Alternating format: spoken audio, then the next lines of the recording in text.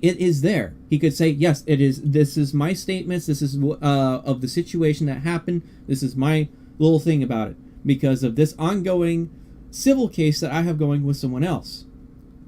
I mean, while the police department is a mediator for dealing with law and all that stuff and individuals, it's also a way of filing important legal documents for a larger case that is ongoing when it comes to this kind of stuff. Mike, were you able to review a little bit of that, or? There's a delay on my my YouTube live stream, so I'm not able to see that. There is always a delay, man. It's going to range from 30 seconds then to 60 it's not seconds. working. I did not see any YouTube video come through my live stream. It's not a YouTube, it's Facebook. Or Facebook video. It did not showing on the OBS here, so. Nope, it's not showing on YouTube. We're going to work on your tech issues, man.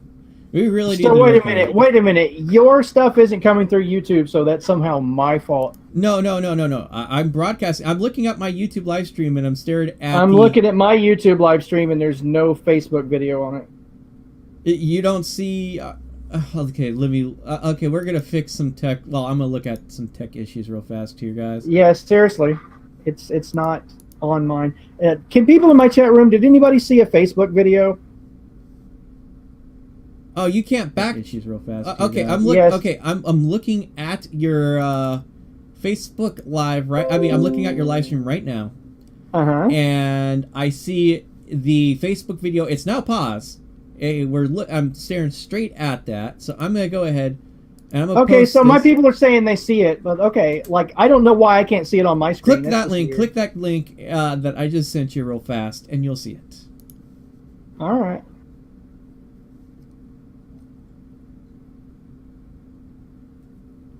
Do you see it now?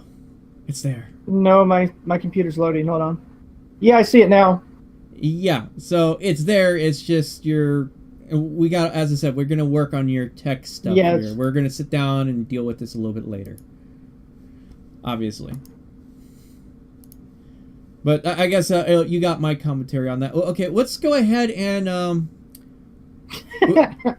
let's go ahead and move on to the whole definitely the schools teach them no. Let's talk about the one that you were so wanting to talk about earlier today during the pre-show. Yeah, I'm too disturbed to read this. Like it creeps me out too much. The Cannibal Cop article, just read it to him, and then I'll talk about the whole conspiracy charges and how other people are treated if they're not cops when they're arrested by this. But just, yeah, wow. This is New York Post article. Yeah, I understand New York Post is a shit company when it comes to the media, but we'll go. This is what Mike provided me. Cannibal Cop still fantasizes about being an actual cannibal. This was from February 18th, 2017, a little over a year ago. Notorious Cannibal Cop Gilbert Valle says he still has a hankering for websites devoted to flesh-eating fantasies. The former NYPD officer recently told Inside Edition he still visits the lurid sites because there is nothing illegal. There's nothing wrong with that. What I do at home is my business. Valet added, it's not a crime to fantasize about people you know. It's a crime to fantasize about committing crime against people you know. It's an action that's illegal. It's action that's illegal. There is no action taken, period. During the segment to be aired Wednesday, the 32-year-old Queens resident also admitted he once wrote that he wanted to savagely attack his wife, cause her to bleed from a head wound, and listen to her scream in agony. Yeah, I did write those things, he told the Inside Edition correspondent Dane McClarney. Valet was convicted in March 2013 of plotting to kidnap, kill, and cook a laundry list of women while he was a police officer. His wife, who was on his purported death list, discovered he had been visiting gory, fleshy sites and online chat rooms detailing in his cannibalistic fantasies. What do you got to say so far, man? If you keep reading down there, he actually talks about, and you read deeper into the story and you read the other articles, and he actually had elaborate plans out of how to cook the people, how to eat them, all this fun stuff. Now, one of the backbones of convictions in America are conspiracy to commit murder charges, conspiracy to sell drugs, conspiracy to do that, conspiracy to do this. And it's if two or more people, if they have documentation of two or more people talking about and planning out to do these things, that they can be put in prison over it. Well, this cop, his conviction was overturned, if memory serves. At the bottom of the article, it says, about a year later, a judge overturned his conviction on appeal, leading to credence of Valet's argument that he was merely fantasizing.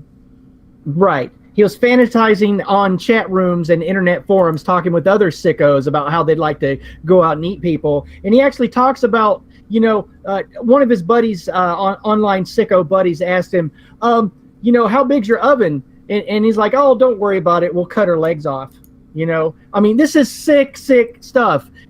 Anybody else, anyone under the sun other than somebody who's behind that blue wall of protection would be in prison right now. I'm serious. If they record, if investigators record a phone call where you say that you're going to kill somebody to another person, you go to jail for conspiracy to commit murder. But this guy's written, practical books about it. He's got his own little, fantasy cookbooks at home they found. And he's on these chat rooms talking to other people about it, And this is what happens. You get some judge that's part of the thin blue line of tyranny. Just, oh, it's no big deal, man. Oh, who hasn't thought about, chopping up women and, eating them? And these kind of stories come out in the corporate media and jack nor shit is done about it. Like, people still worship cops as if though they're like, something to, admire, like we are sick as a society when we allow this kind of stuff to happen. Just mentally ill. Yeah, so Kindle Navstar. Bunny, show the video where the cop executes a man in the hotel hallway. I don't know. Do we have enough rage? Do you want to do that? Because I might end up throwing something through a TV screen, and I don't want to do that. I can't do it, man. I can't. I'm just too pissed off. I've had too much ginseng. I might vibrate out of my chair, and sometimes when I go off on tangents, Bunny has to make me, calm me down. And I don't want to. No, I don't want to watch the Brelford murder. Yes, the nice, quiet little bunny here has to be the calming effect as I sit here and just be silent and just sniff away kind of thing, and just like sort of twitch my ear, look cute. Anyway, but what's interesting though is this also, because it was overturned in the appeals court, it might have created case law too. So this is going to be interesting in future issues of something like this that comes along.